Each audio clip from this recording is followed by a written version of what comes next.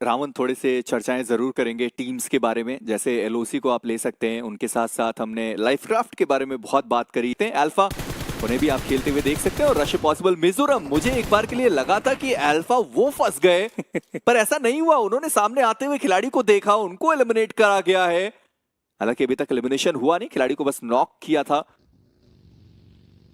पर muffin, situations खराब होने वाली है क्योंकि एलओसी उनका काफिला आ चुका है। मफिन डैमेज देने की कोशिश करी थी उन्होंने, पनिशर को कामयाबी हासिल हुई नहीं। बैंडिट ग्रेनेड लेकर वो खिलाड़ी तैयार है।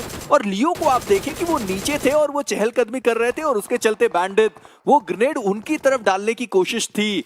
पर मफिन, उन्होंने उस खिलाड़ी को देखा, वहां पर नॉक एक निकाला है। और लियो जो नीचे की साइड पर फंसे हुए थे वो भी डाउन कर दिए गए। और अब रश पॉसिबल 2 प्लेयर्स के साथ। जी हाँ, लेकिन एक और नॉक के बाद लग तो रहा है कि एक फाइट बिल्कुल ही वन साइडेड यहाँ पे हमें जाता हुआ देखने को मिल रहा है।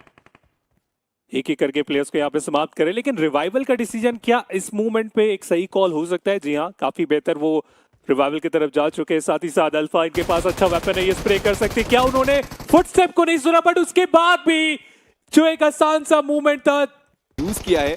पर जुएश और कुणाल दोनों खिलाड़ी गिराए गए हैं, पर साए उन्होंने बदला लिया है। क्लच गॉड वो डाउन करे गए, उनका एलिमिनेशन हुआ। पर साए वो खुद भी गिरा दिए गए। टीम लॉल्स, जिनको बहुत सारे पॉइंट्स की जरूरत थी, रावण इस पर्टिकुलर मैच के अंदर मात्र 1 पॉइंट निकाला है और उनका एलिमिनेशन हो चुका है। कल का भी लास्ट मैच अच्छा नहीं गया था, आज का पहला मैच अच्छा नहीं गया।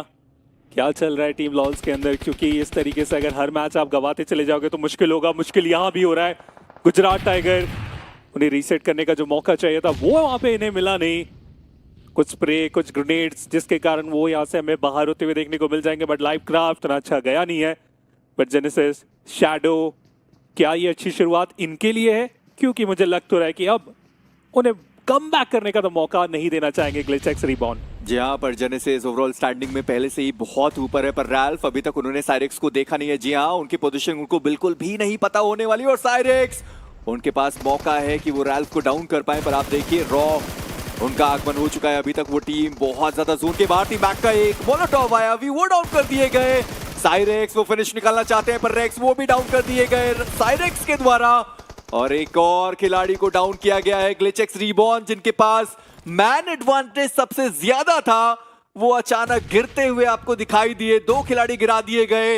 एक और खिलाड़ी अंदर के साइड पर फंस चुका है, रैल्फ वो डाउन हुए। और अब एक आखिरी खिलाड़ी ग्लिचेक्स रिबॉर्न का।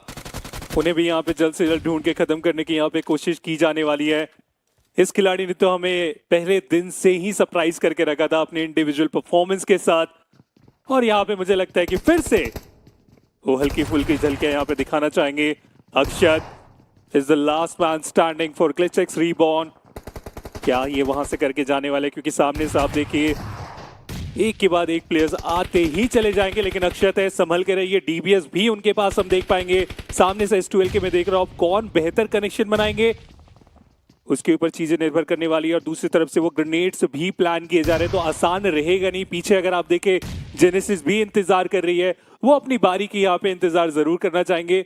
बट हम सभी जानते हैं ओवरऑल स्टैंडिंग में ग्लिचेक्स की आप बात कर ले, जेनेसिस की बात कर ले, उनके लिए मैच खराब भी जाएगा तो ज्यादा कुछ फर्क पड़ना नहीं चाहिए। बट शॉट, अक्षत डैमेज अपने ऊपर बहुत ज्यादा ले लिया और दूसरे शॉट के बाद अक्षत को बाहर कर दिया जाएगा। ग्लिचेक्स रिबॉर्न केवल 1 पॉइंट के साथ इस मैच से बाहर किए गए। पता नहीं मुझे ऐसा क्यों लगा कि अक्षत वो गैस कैन के ऊपर शॉट्स लगा रहे थे, क्योंकि उनका जो क्रॉस एयर था वो बिल्कुल नीचे के साइड पर था। पर चलिए, फाइनली शैडो का वो ग्रेनेड, जॉडी, उनको डाउन किया गया। और यही मैं बात कर रहा हूं कि अपने 5वें प्लेयर को भी मौका दिया जा रहा है और सोचा जा रहा है कि शायद इस प्लेइंग 4 के साथ आप कुछ बेहतर कर पाए। पर जॉडी वो आए और वहां पर वो डाउन करे गए। उनका एलिमिनेशन बहुत, और वापस अंदर वो ग्रेनेड डालने की कोशिश, पर फिर वो ग्रेनेड अंदर की दिशा में नहीं आया। जेन वो डाउन करेगा। रिवर्स एक्स अभी तो रिवाइव किया था, वापस वो डाउन हुए। नेट गॉड, मौका तो खैर उनके पास भी बनता है कि यहाँ से अपनी टीम के लिए कुछ एक्स्ट्रा फिनिशेस दिलाकर जाए। लाइफ क्राफ्ट, पर ऐसा हुआ नहीं। वहां पर नेट गॉड वो भी डाउन। और अब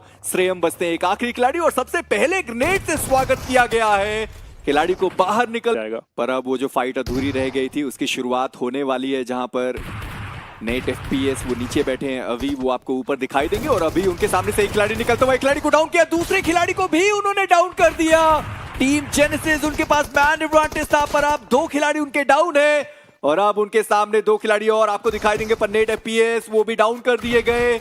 यानी कि अब अभी के कंधों पर पूरी जिम्मेदारी होने वाली है। पर अब थर्ड पार्टी भी आता हुआ आपको दिखाई दिया। अपोलो उनके भी बहुत डाउन हुई, अभी उन्होंने अपोलो को भी डाउन कर दिया। वो जो चौथा प्लेयर था उनको भी अभी नहीं डाउन करा है। 1v4 वो यानी कि टाइगर, ये ग्रेनेड क्यों लग रहा है मुझे कि वो ठिकाने पर जाएगा। जी हाँ, वो ग्रेनेड ठिकाने पर गया है और वहां पर अलुमैन वो डाउन करेंगे और उनके साथ एक और खिलाड़ी मौजूद था, उनको भी डाउन किया है टाइगर। क्या शानदार वो ग्रेनेड, दो खिलाड़ी को तो उन्होंने अकेले ही ध्वस्त कर दिया। और अब रिमोट स्लेस जिनके पास मैन एडवांटेज था, रावण जोन एडवांटेज था, अब उनके पास कुछ नहीं बचा। और ये वेस्टर्न रीजन पूरा खाली कर रहे हैं अपने लिए। अगर आप देखें पूरा एरिया इन कंट्रोल बना सकते हैं ताकि वो आगे चल के इन्हें परेशान करे ना। पीछे से वो शॉट्स इनके ऊपर अलग अलग दिशा की तरफ जरा ठीक समझा, व्हीकल से वो स्लैम इन करने की कोशिश, लेकिन एक खिलाड़ी को डाउन किया गया, दूसरे खिलाड़ी को भी यहाँ पे डाउन कर दिया जाएगा।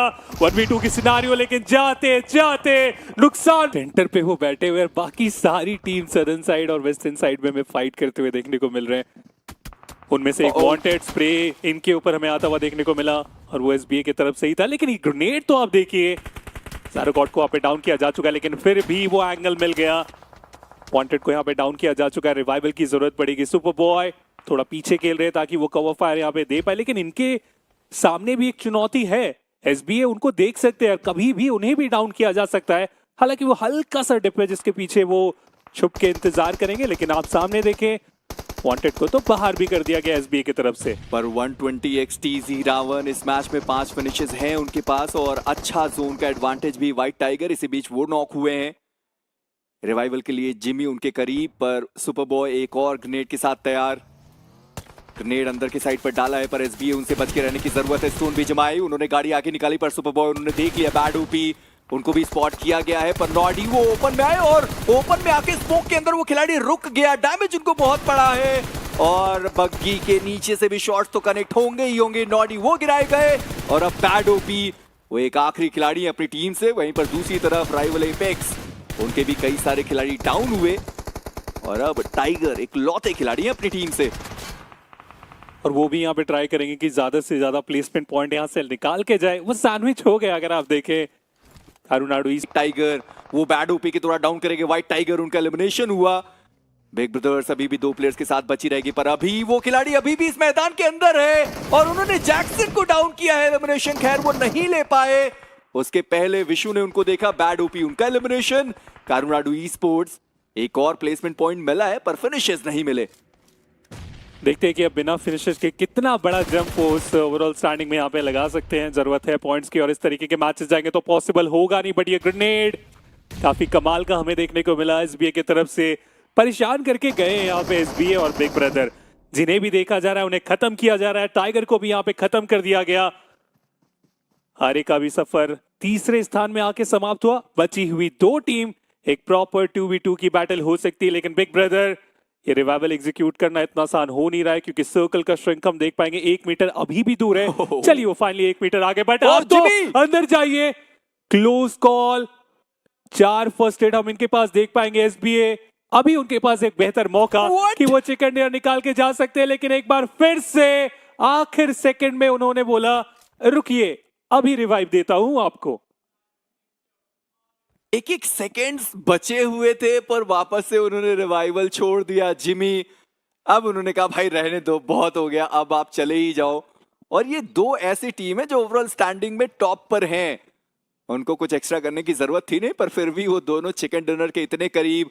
और कल का जो मुकाबला था वहां पर भी हमने आखिर मैच में इन्हीं 2 टीम्स को देखा था, जहां पर बीबी ने चिकन निकाला 19 पॉइंट्स के साथ। SBA वो थोड़ा सा चूक गए थे।